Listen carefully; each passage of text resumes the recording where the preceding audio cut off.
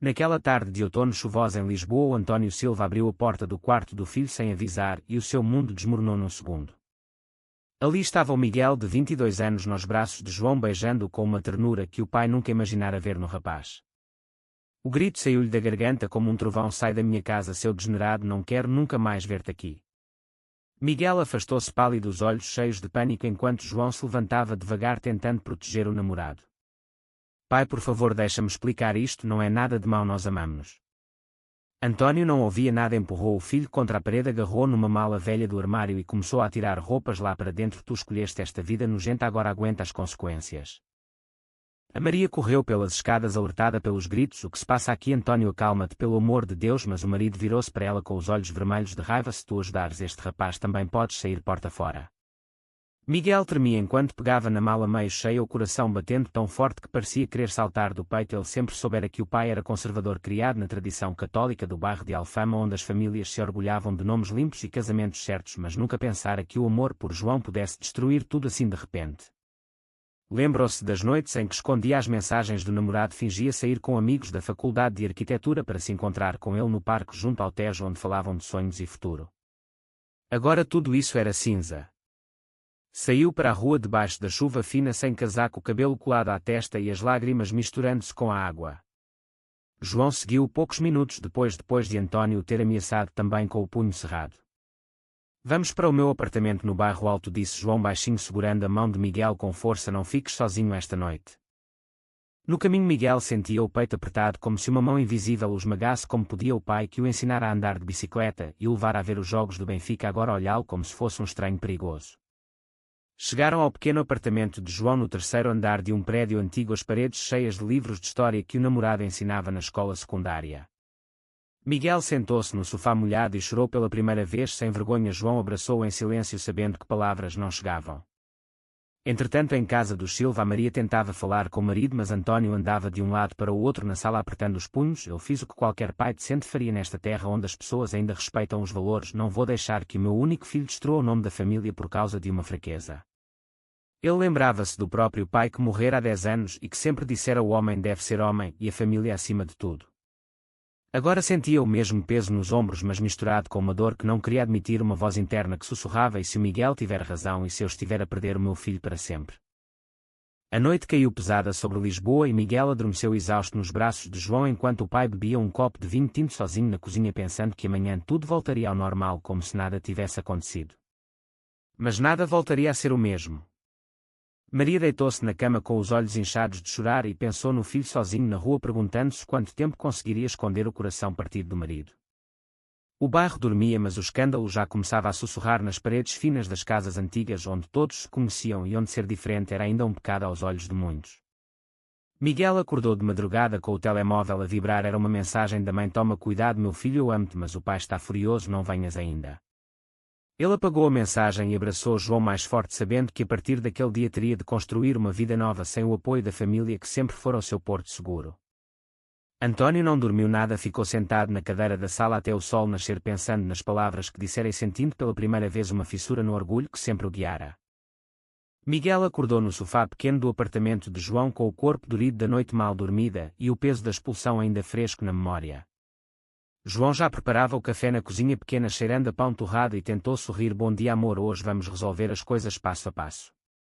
Miguel assentiu, mas por dentro sentia um vazio enorme, como se parte dele tivesse ficado naquela casa em Alfama onde crescera entre os azulejos antigos e as histórias do avô sobre a Revolução.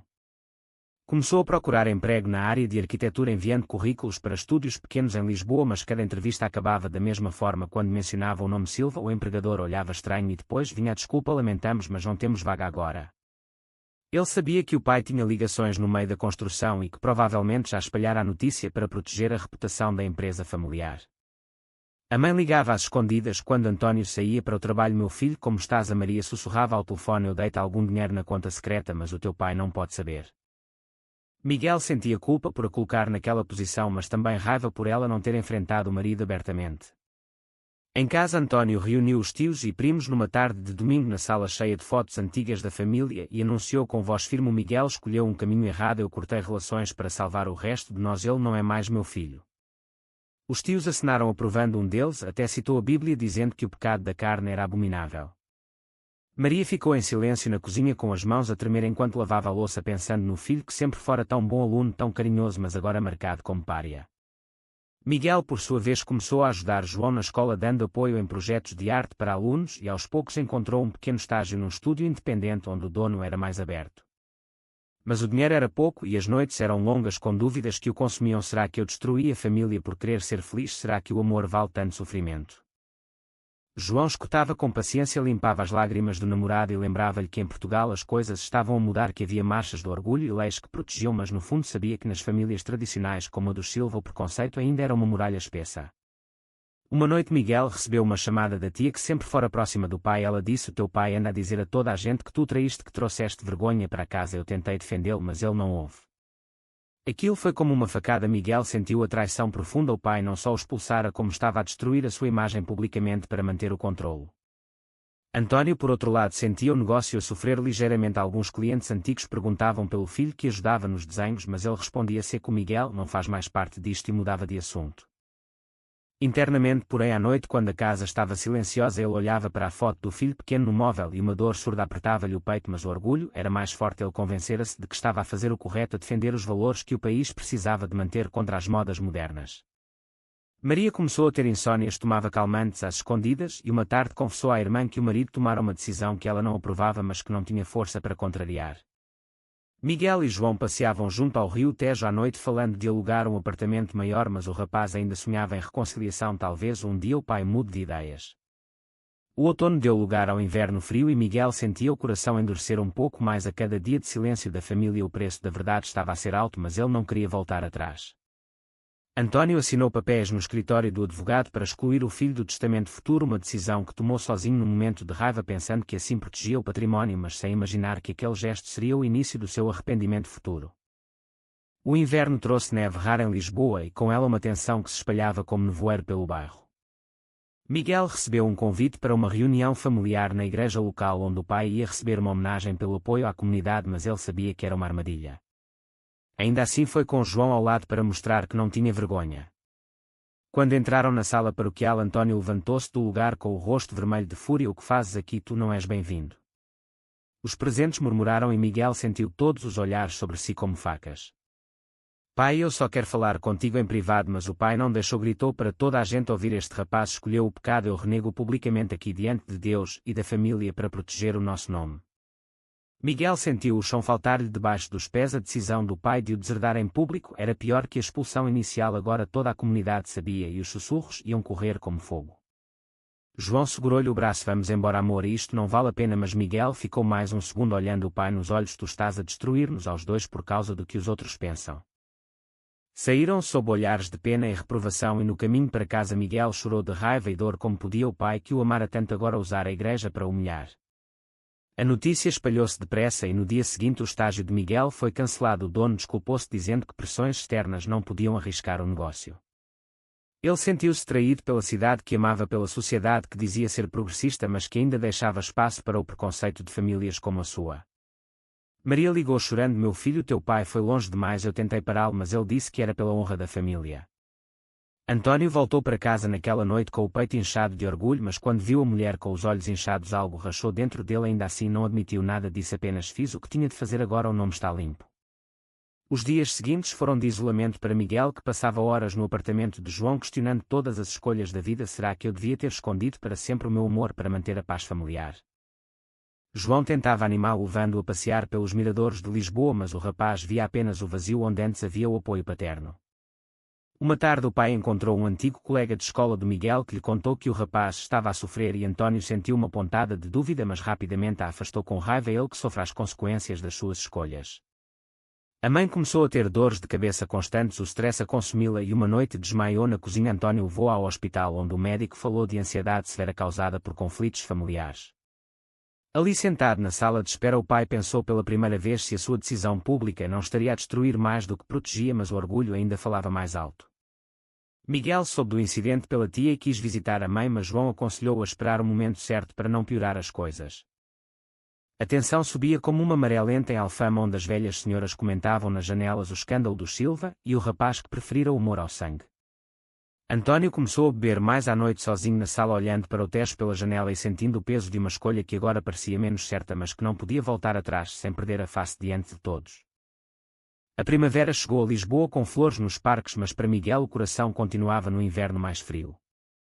Depois da desonra pública, ele entrou numa depressão profunda, passava dias sem sair do apartamento, mal comia. João preocupava-se cada vez mais. Amor, tu tens de reagir, eu estou aqui, mas preciso que tu lutes também.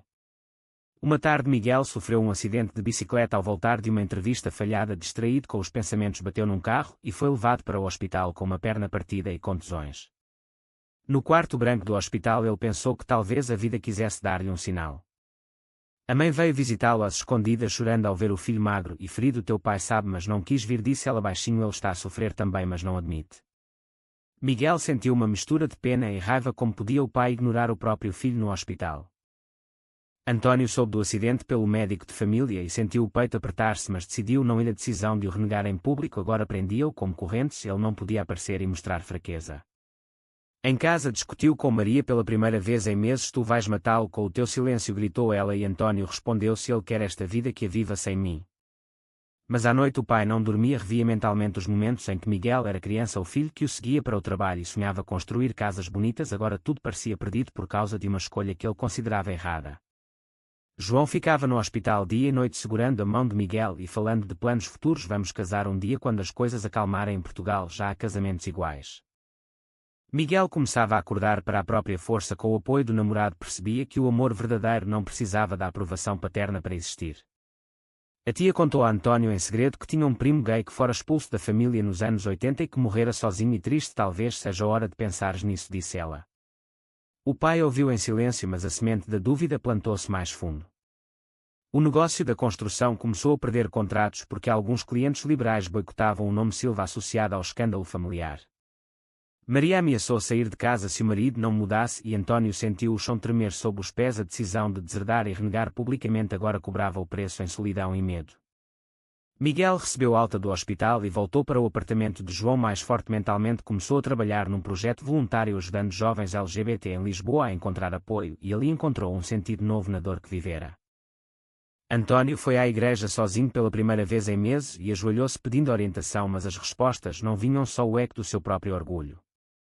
A família estava partida e o pai começava a ver que o preço das suas escolhas era mais alto do que imaginara. O verão quente de Lisboa trouxe turistas aos miradores, mas para a família Silva o calor era interno, uma febre de arrependimento que António não conseguia mais ignorar. Depois de meses de silêncio, ele soube pelo médico que Maria estava à beira de um esgotamento nervoso e que o negócio perdia clientes todos os meses. Uma noite foi ao apartamento de João e bateu à porta com as mãos a tremer. Miguel, por favor, fala comigo, eu errei. O filho abriu a porta magro, mas com um olhar firme que o pai não reconhecia. Pai, eu perdoo-te, mas não posso esquecer o que fizeste. A decisão de me renegares em público destruiu mais do que a minha casa, destruiu a confiança que eu tinha em ti. António entrou e sentou-se na cadeira simples com lágrimas nos olhos. Pela primeira vez na vida eu pensei que estava a proteger a família, mas agora vejo que destruí tudo o que mais amava. O meu orgulho foi mais forte que o amor. João ficou em silêncio, respeitando o momento enquanto Miguel explicava como aprender a viver sem o pai, mas que o vazio ainda doía. António contou da insônia das noites em que olhava as fotos antigas e percebia que o primo gay que ele próprio ajudara a afastar anos antes morrera sozinho sem ninguém.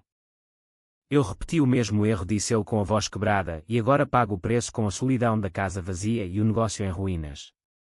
Miguel ouviu sem interromper, mas quando o pai pediu para voltar para casa respondeu: eu tenho a minha vida agora com o João e não posso voltar ao que era antes. O preço que cada um pagou foi demasiado alto. António saiu daquela noite com o coração mais pesado do que quando entrara, sabendo que a reconciliação seria lenta se alguma vez acontecesse. Meses depois ele começou a frequentar grupos de apoio para pais de filhos LGBT em Lisboa e lentamente começou a mudar as suas visões, mas o dano estava feito. Maria separou-se dele vivendo com a irmã e o filho visitava-o apenas em datas especiais com uma distância educada.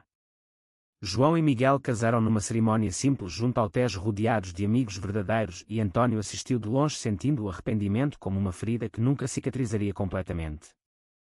Ele aprendera tarde demais que o amor de um pai deve ser maior que os preconceitos da sociedade e que as tradições não valem a felicidade de um filho. Agora vivia sozinho na casa grande de Alfama, rodeado de memórias e perguntando-se todos os dias se valer a pena. O que achas, foi o orgulho do pai que destruiu a família, ou a escolha de Miguel de viver a sua verdade que custou tudo?